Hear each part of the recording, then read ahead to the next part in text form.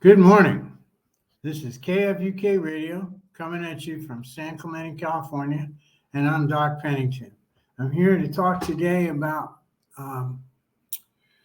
where did the idea for KFUK come from? Well, the idea for KFUK Radio came from a young lady by the name of Miss Noel, and she used to tell me about the KFUK radio in her brain, and I listened to her and I thought, I have that same problem, and I imagine all of us do. And the KFUK radio is that voice in your brain that's telling you you're a no good loser and you have no value, you're a drug addict, you're an alcoholic, and you're absolutely useless.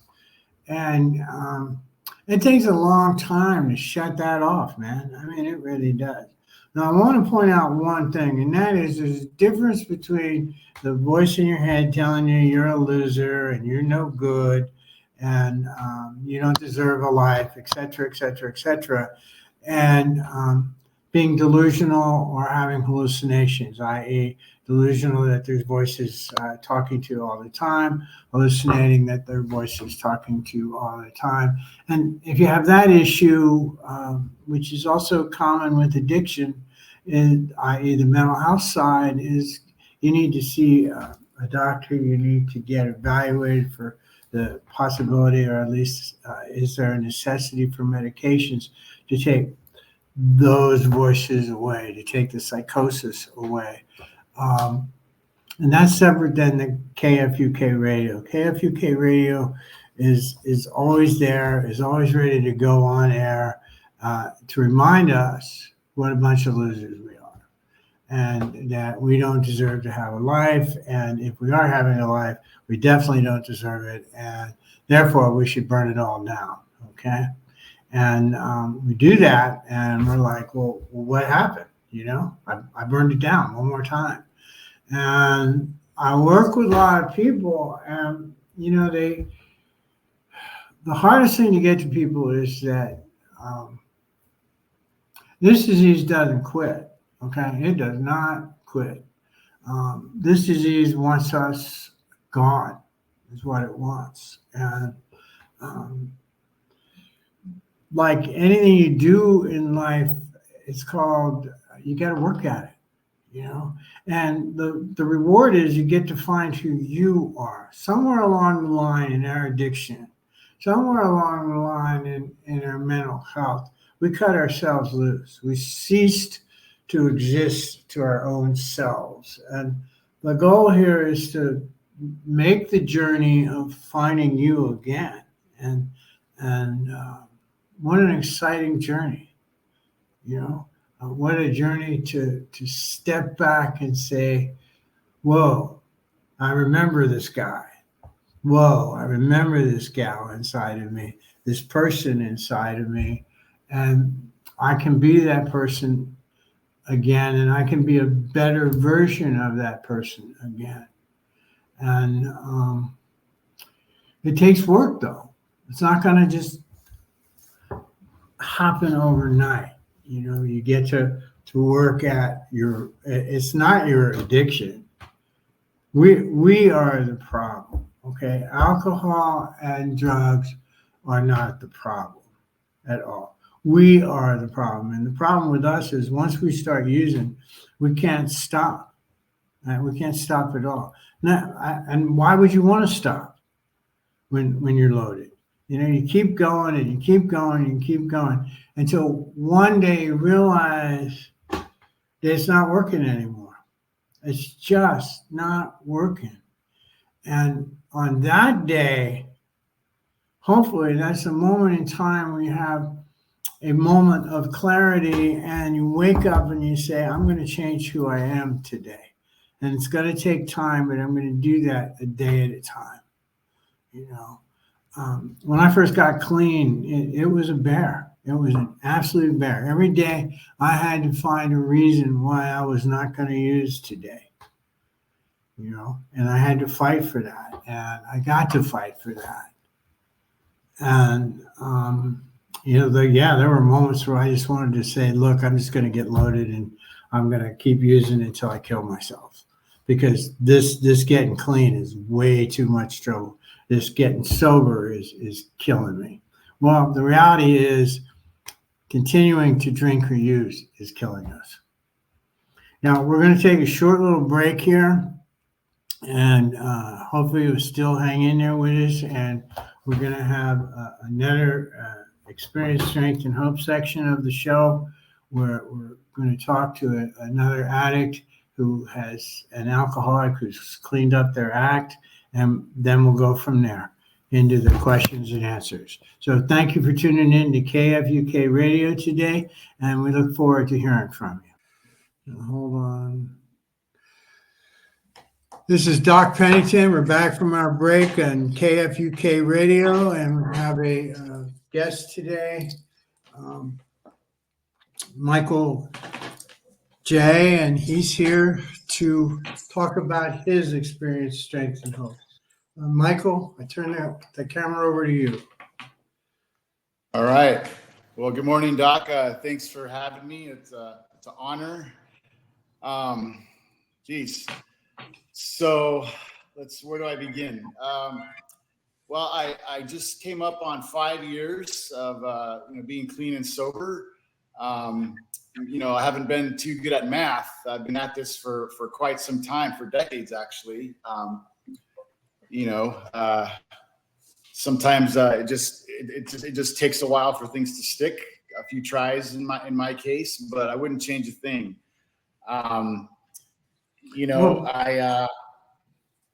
Relapse is part of our lives, man. What's that? Relapse is part of our lives sometimes. It's part of our lives. Time. Absolutely. That's right. And it's certainly the necessary part of my story. It took what it took, and by the grace of God and recovery, I'm alive today. Things are beyond my wildest dreams,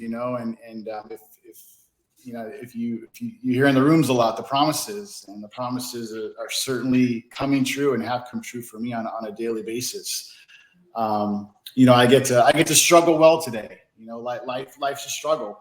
But I get to do it well today, with integrity and dignity. I don't know where my story starts. I know that I've always been, you'll hear this too, egomaniac with an inferiority complex. I was either born with something extra or something lacking, but that's been my nature. I always do things to an extreme. That's been the way until I finding a new way. For a long time, that worked to my advantage. I was able to kind of harness this obsessive thing I would have for things, activities. I channeled that into maybe perfectionism. For a long time that served me well in baseball and school. I could focus and I would just obsess about things, and part of it was probably to escape. From a very early age, I think this is a common thing you'll hear in recovery in the rooms. Feeling like I never fit in. I don't know why. I kind of had everything on the outside that you could ask for. Born with 2 arms, 2 legs. Pretty just did well in school, sports, friends. I came from a good family. Good parents. My parents did the best that they could with what they had. We never lacked. We didn't have a lot of extra, but we certainly had more than enough. I went to good school, lived in, always had a roof over my head, and my mom always, encouraged, try to eat as a family. So I don't know. I don't know why I had that feeling that I didn't belong or I didn't fit in. Felt like a fraud. Early on, I don't know where that came from, but that's how I was born. That's my makeup. it wasn't until, you know, a lot later that I realized that, not that I wanted to change my nature, so to speak, but that there was a different way to live. And I guess I'll talk about that, you know, when I kind of introduce kind of how I went astray. You know, I was very, very straight through high school, just, you know, all AP classes, varsity baseball, dated a very popular girl who she was, you know, kind of the umbrella to my social life, because I was very, you know, shy and reserved. You know, I didn't party. My mom was very strict. And then when I went away to college, you know, it didn't take long. You know, first time I drank actually was probably at the end of high school. You know, I tried it, and my trying it was, you know, drinking a 40 in a few shots of tequila. And, you know, I mean, looking back, I shouldn't be surprised, but that kind of set the stage for how I would do things. And, you know, first semester college, you know, I went from, you know, I graduated top of my class in high school. I think at that time you could get over a 4.0 with all the APs and, you know, scholar athlete of the year and all that stuff. I was failing, you know, calculus, chemistry, English, you know, and then I was always loved literature. Actually, that was my major, literature major. And I just wasn't keeping up. And, you know, it was, I was already, you know, first weekend party, drank to excess, and that kind of set the stage for things in college. So that was a shocker. It's, you know, all of a sudden I'm failing classes. I'm, you know, losing risk of losing a baseball scholarship. And, you know, when it went on that way, I think I tried to hide behind, relationships, hide in relationships, kind of hide from myself. I knew it was a problem, but I was functional, so to speak. You know, I managed to, you know, to do well in college. I, you know, it was able to salvage a couple of the baseball seasons. Studied for the MCAT, did well enough. I got into medical school. The summer before I went to medical school, I had my wisdom teeth taken out, and I got some painkillers for the first time. And wow, you'll hear this too. That's what I've been waiting. That's what I was waiting for. That's the feeling that I would chase and chase and chase for years and years to come, never finding it. But my brain filed that away. You know, that feeling of feeling at ease, of feeling comfortable in my skin, of being able to breathe. Wow. And I wanted that. I wanted more of that. So yeah, my brain remembered that. And whenever I could, you know, I would take advantage of that. I broke my ribs once, and the first thing I said was, maybe I'll get some more of that stuff. You know, I mean, what's wrong with that, right? You got some broken ribs, you're in pain, someone's going to prescribe it for you. And well, you know, that feeling, kind of became the driving force for everything I did, chasing that. And pretty soon I decided to quit medical school after my second year. My plan was to, become a famous writer and surf. That's the plan that I came up with. So, you know, I had a great half year or so, and I realized, you know, I'm not getting paid for this, and, you know, what am I going to do? So I was able to get back to school and finish up, but, you know, things were still, you know, on a really downhill trajectory for me. And I went to school in New York, and I figured, well, you know what, as soon as I move back to California, everything will be better. You know, and that's what we call it, geographic. You know, but the problem is, wherever you go, there you are. And you know, I came back to California and started my internship, and yeah, I was just getting in all sorts of not trouble, so to speak, but, you know, I was late. I was just really isolating. You know, I had a beautiful beachfront apartment where I my plan was to surf every morning, and just things weren't going the way I planned. And pretty soon it became obvious that I needed to take some time off. I was really headed on a road towards self-destruction. And this is back in 2005. I think that was the first time I went to treatment, and I just wasn't ready. I wasn't ready. I stumbled for a few more years. Let's just say, I've been to the best rehabs in the country, all different states. I've gone to some small treatment centers. I've done sober living. And let's just say, there's no need to tell our the drunkalogs or drug logs. We all have them. In the beginning, you kind of prideful about that. It's like, who's his best? But they're all the same.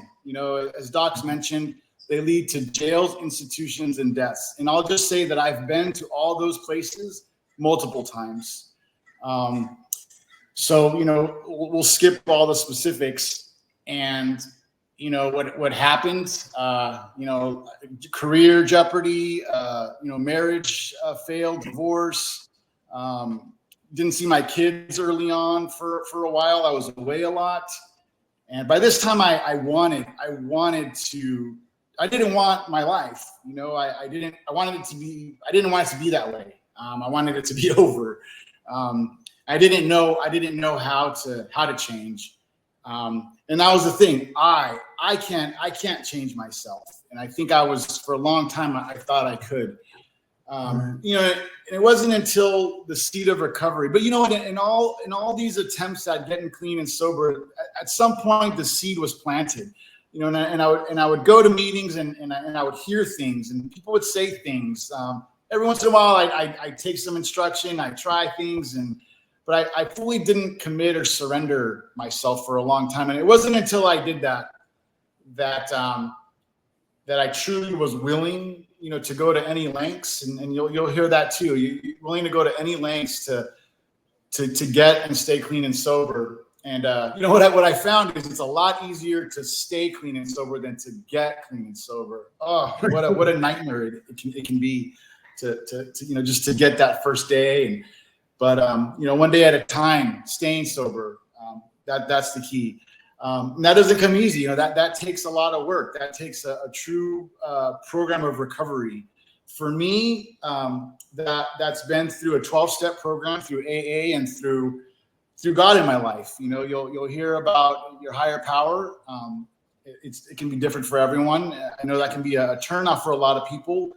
But I would encourage you to listen and ask questions if that's a stumbling block, because what I've learned is somebody with my makeup will look for anything to set myself apart so that I can be terminally unique and say, you know what, that's not going to work for me. I'm this, I'm that. I'm not like you guys. And that just kept me sick for a long time. And I didn't have a huge problem with the God thing.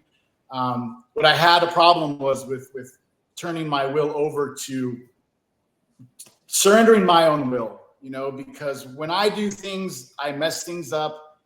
A pattern of mine for a long time was I build things up to this platform of like, wow, I'm really doing well here, with success, and I just crash and burn, and I did that intentionally, subconsciously, through a lot of therapy, and I realized I would do that intentionally, and there's reasons for that, unmet needs as a child, all that stuff. My dad didn't say he was proud of me enough.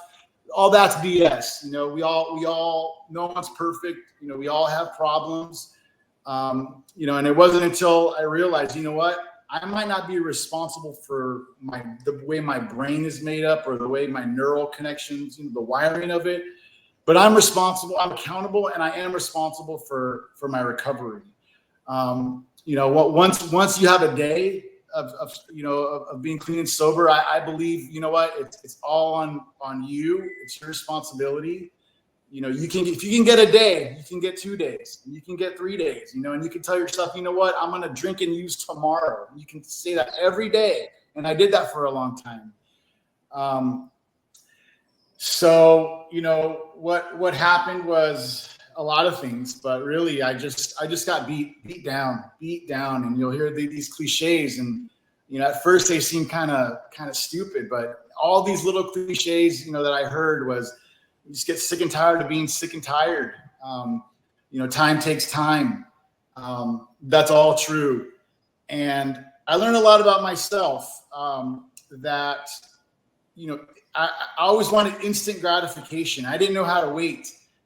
So I allow, and I'm still allowing whatever I call it, God, I've heard people call it the universe, whatever you call it, but I became teachable. And I realized that, life was trying to teach me something. It was trying to teach me to be patient. So I've been in a season of patience probably for the last 5 years or so, realizing that things don't go according to my plans. And, another thing is control. It took me a long time to realize that I'm a control addict. I want people, places, and things to be the way I want them to be. And when they're not, for the most of my life, that was unacceptable to me. And I couldn't really change it. So what I would change myself. I would change my state of being, my mind, my mentality.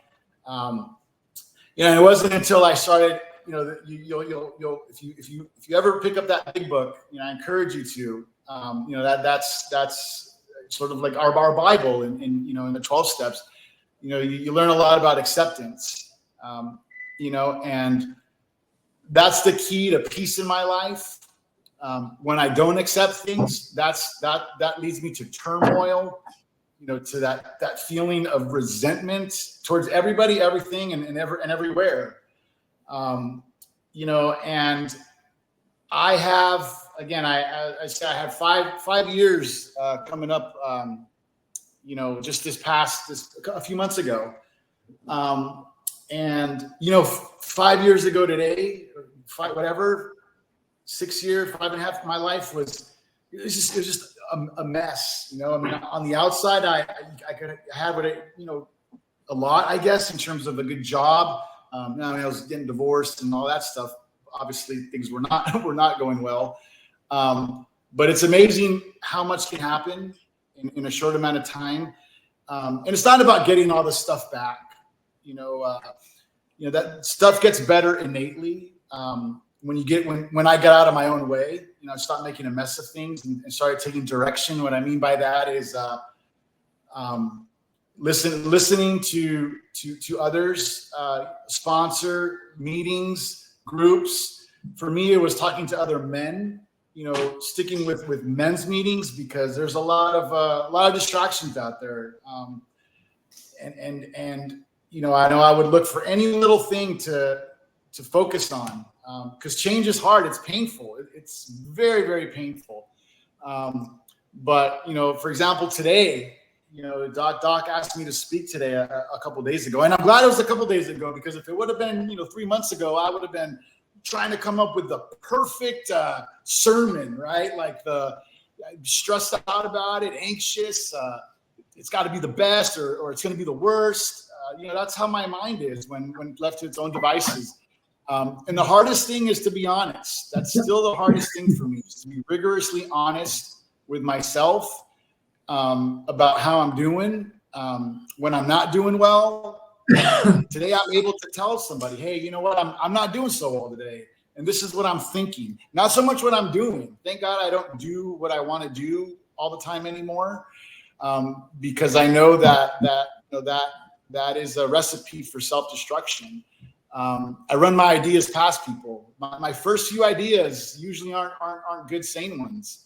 But because I have a community and I have other men in my life that are like me. Today, for example, I was at the gym this morning. I mean, that's amazing. I was at the gym in the morning. I heard a song, and it took me back years ago. It's like, geez, why does that still trigger that stuff? And I texted my buddy who's also in the program. He's like, yeah, it happens. And that's it. Took the power right out of it. So I have worked at 12 steps. I have a sponsor today. I go to meetings. what I realized also is what I did 5 years ago or 2 years ago isn't what I have to do different things today than I did then. I can't keep doing the same things and expect to stay clean and sober. I once heard the analogy of if you're not moving forward, it's like you're on walking up an escalator. You're slowly going to be moving backwards, and this takes work. But it's the best thing that's ever happened to me. This disease, it is a disease. It's a bad disease that a lot of good people have. But there is I kind of look at it as for example, other diseases where there's really no cure, and I'm not going to say there's a cure for this, but there is a respite from it on a daily basis, and I don't ever have to use or drink again. And it's not like other diseases. You get diagnosed with terminal cancer. I mean, it doesn't matter how many meetings you go to or support groups you go to, and I'm sorry if that's a touchy thing, but with this, what I got to do is I just have to stay connected. I have to work my recovery program, and I get to stay clean and sober another day. And what that means is I get another day of freedom.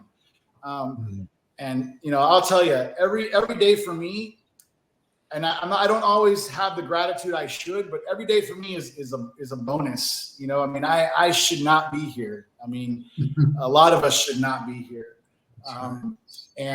But by the grace of God and my recovery program, I just bought a new home. I'm getting married at the end of the month. I never thought that would ever happen. I have 2 kids. Really, we have 4 kids, but I have two kids of my own that love being with me, that want to be with me, that I show up for them. I go on all their field trips. The school lets me and invites me in for their activities. It's amazing. I have a great job, and I'm able to be grateful today. And that's all I've done for that is just willing to be teachable. I've learned how to stay out of my own way. I've learned how to follow directions. I don't do it perfectly by any means, but I do it well enough, to stay clean and sober one day at a time. And I've done that for the last 5+ years. And again, the math has not added up. It's been a long road. 20+ years of trying to get another 5 years. And let me say, I have had some clean time before. Once I almost had 5 years, and I was in this program that monitored me for my profession. And at 4 years and 11 months, I wasn't working a program, and I couldn't even last one more month. And I just blew it all up. But my life is so different today. You'll hear docs say that, you get to, when you're clean and sober, you wake up, you don't come to, and today, I woke up. I didn't ask, where I was, who were you, my soon to be wife was there as expected. I didn't have to remember what I said yesterday, who I texted, who I called, what lies I told yesterday. So that's freedom. I mean, I have more than I could have ever asked for, regardless of what I have externally. That's a struggle, but all that stuff, can come and go. All the external stuff, material things, that comes and goes just like that, and I have to remember that I'm always just one bad decision away from utter chaos. I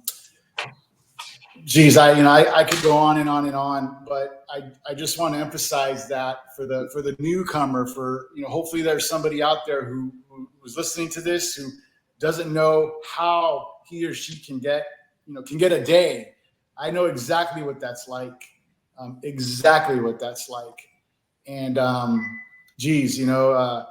it's so possible, doable. It's hard, but it's simple at the same time. And you owe it to yourself. You really do, and there are people there who will love you enough until you can love yourself. And that's been my experience. I was full of self-loathing, of utter hatred, of couldn't look the world in the eye. And that's not the case today. Today, I know that I'm good enough, not better, not worse, good enough. And you know what? That's all I ever wanted. And I have that today. And Doc, you've been instrumental in that journey for me. And, I'm forever grateful for you, for what you've done for me, and for what, everyone on my journey has done. And I'm just forever grateful and humble, I'm grateful for you. Thanks for having me, Doc. All that you teach me, and I'm humbled that you agreed to come on today and talk. And, hopefully somebody will listen to you and hear you and go, wow, I can relate to what you're saying, and it's been a long journey for both of us, and I related the most to, I have a company that's called, it's a demolition company, and the motto of the company is, if you absolutely, positively, utterly, and completely need it destroyed, we will do it, and we guarantee. Guaranteed. Yeah. And the only people that work for the company are people in recovery, So I like what you're saying, and it takes time.